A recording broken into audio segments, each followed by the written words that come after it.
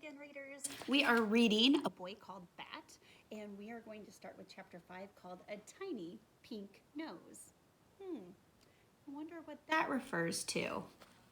I have one guess. We'll see if I'm right. Mom set the box on the kitchen table.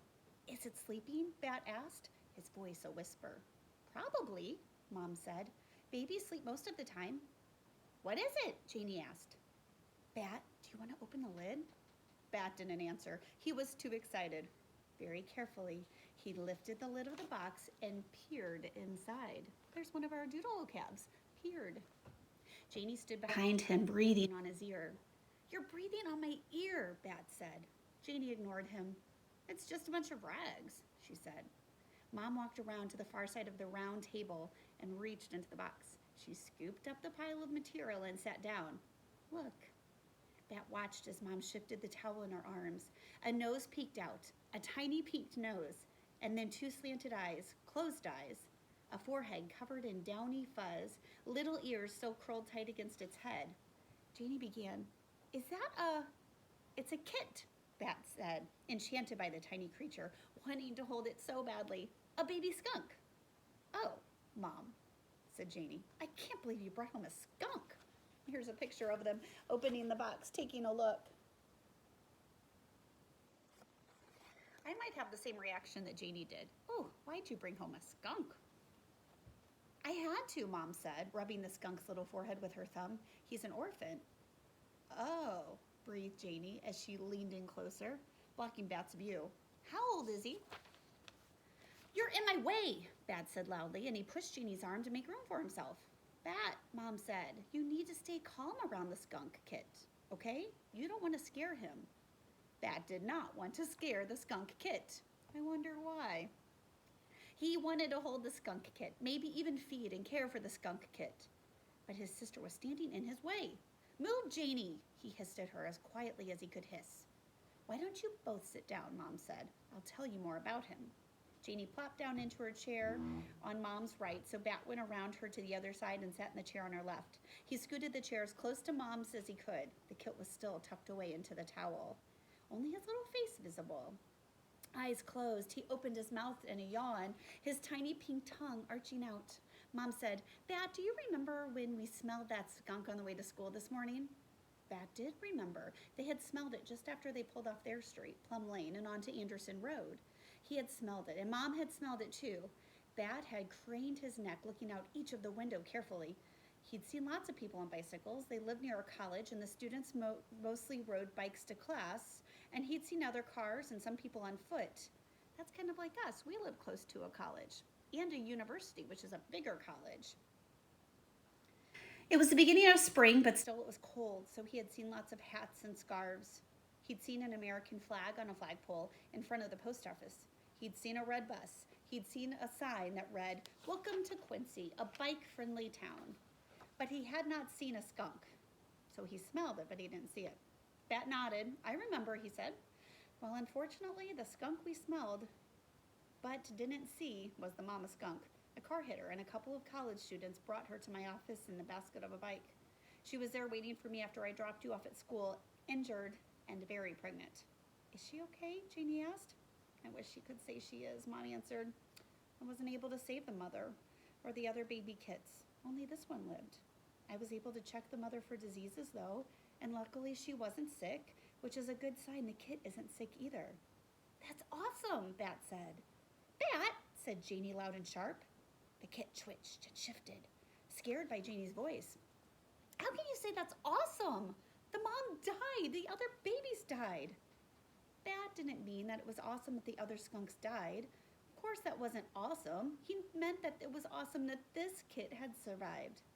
But it wasn't worth trying to explain to Janie what he meant. She usually misunderstood Bat. Most everyone did. Can I?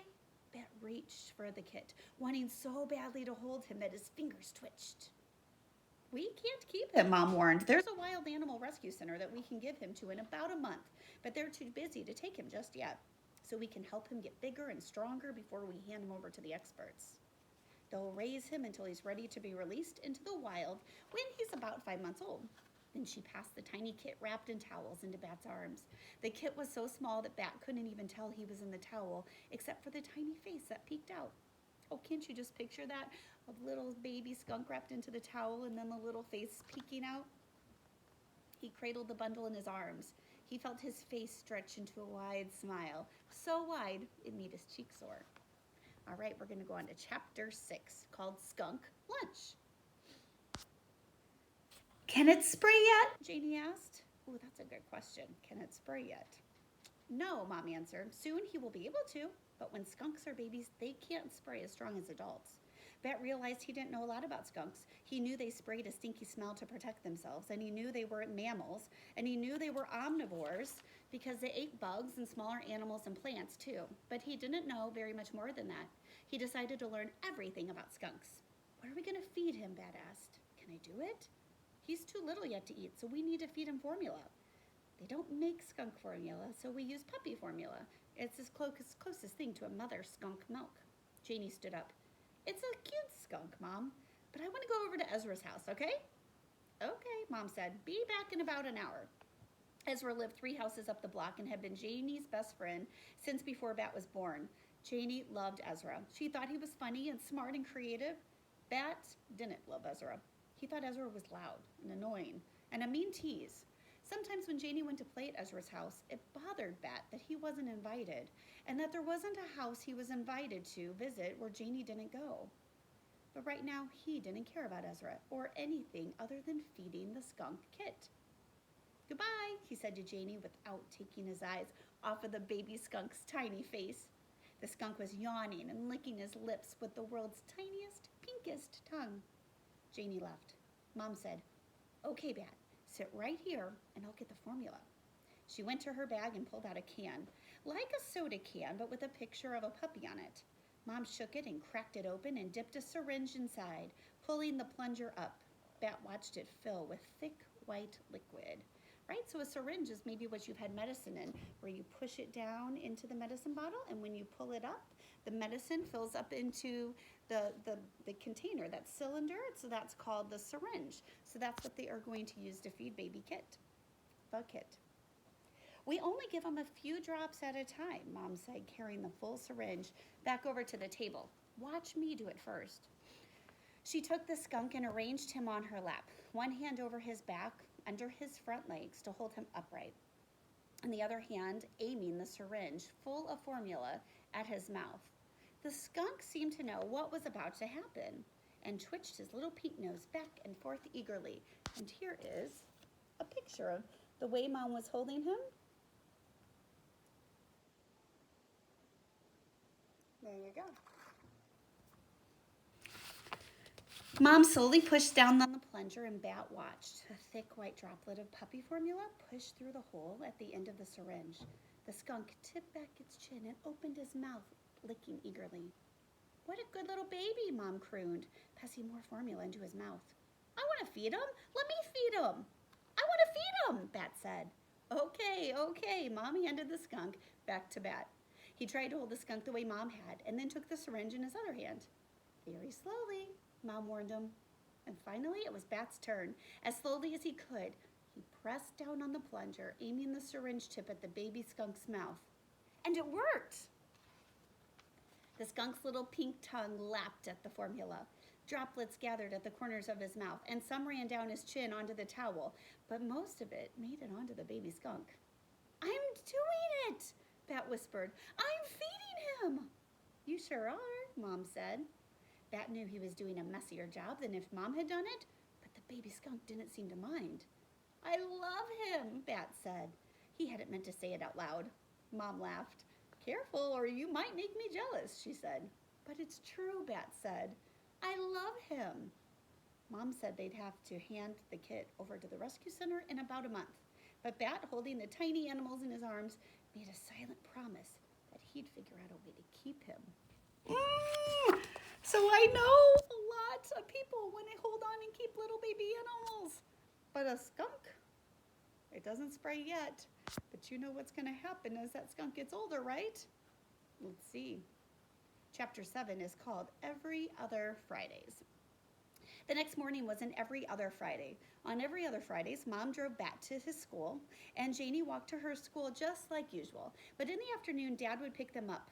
First, Bat, whose class let out 20 minutes before Janie's, and they would all go home to his apartment for the weekend. Every other Fridays made Bat uncomfortable. Like his skin was on too tight. Bat liked it when things followed a pattern, and every other Fridays broke the pattern. This every other Friday was the worst one Bat had ever experienced because it meant it would be 3 Fridays or 3 days until he saw the skunk again. He had begged Mom to let him take the skunk to Dad's house, but Mom refused. "The baby skunk needs to be with me," she said. "I'll take him to work and the vet techs can watch him while I'm with patients. Besides, Bat, I don't think your dad is a fan of skunks." Bat even tried pretending to be so sick that he could stay home instead of going to school. He told Mom he had a sore throat and achy ears. Bat hardly ever lied. It made him feel itchy. But even though Mom's patients were animals rather than humans, she was still kind of a doctor. She shined a light into his ears and made him say, "Ah," as she looked down his throat. "You're not sick, Bat," she said. You just want to stay with the little skunk kid." "He needs me," Bat whined. "Bat," Mom warned, "don't let yourself get all worked up, okay?" Sorry, said Bat. "We can help raise the skunk this month as a family, as long as you keep on doing all the regular stuff too. School and Dad's and homework and everything. If the skunk is too big of a distraction, then I can get Lawrence to take him home in the evenings." Lawrence was Bat's favorite vet tech at Mom's clinic. He could juggle 5 juggling clubs, and even though he had enormous hands big enough to hold all 5 clubs at once, he was gentle. He had the deepest voice Bat had ever heard, deep like space. But no matter how much Bat liked Lawrence, there was no way he was going to let him take Kid home after work. "My throat feels better," he said, "much better." Mom and Janie and Bat all left the house together. Mom locked the door behind them. She kissed Janie and said, "Look both ways, have a fun weekend." "Okay, Mom," Janie said. "See you on Monday." Bat climbed into the back seat of the car and fastened his seatbelt. He liked to sit in the middle seat because someone had once told him that it was the safest seat in the whole car. That was one of the things he didn't like about every other Fridays. His dad's car, a fast little yellow convertible, didn't have a middle back seat. It just had 2 side back seats with a hump in between. Mom placed the box with the skunk kit on the front seat passenger side. Then she started the car and backed down the driveway. It wasn't a long drive to Bat's school. The distance from their house to his school was exactly 2.3 miles. Bat knew this because he liked his mother to push the button on the dashboard each morning, the one that resets the trip meter. And your parents have that in their car. You can reset it to 0 and see how long it takes you or how far of a distance it is to get from one point to another.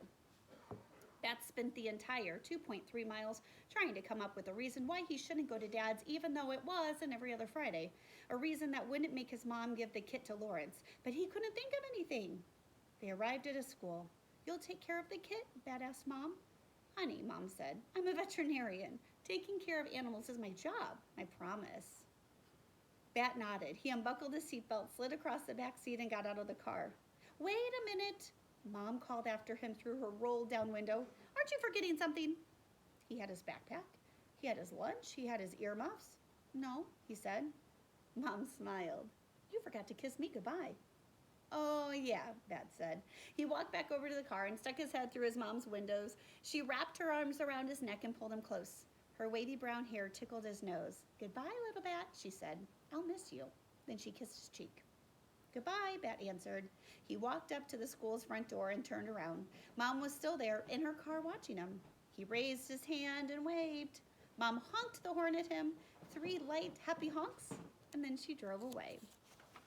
Okay, and that's where we're going to end for today. See you tomorrow.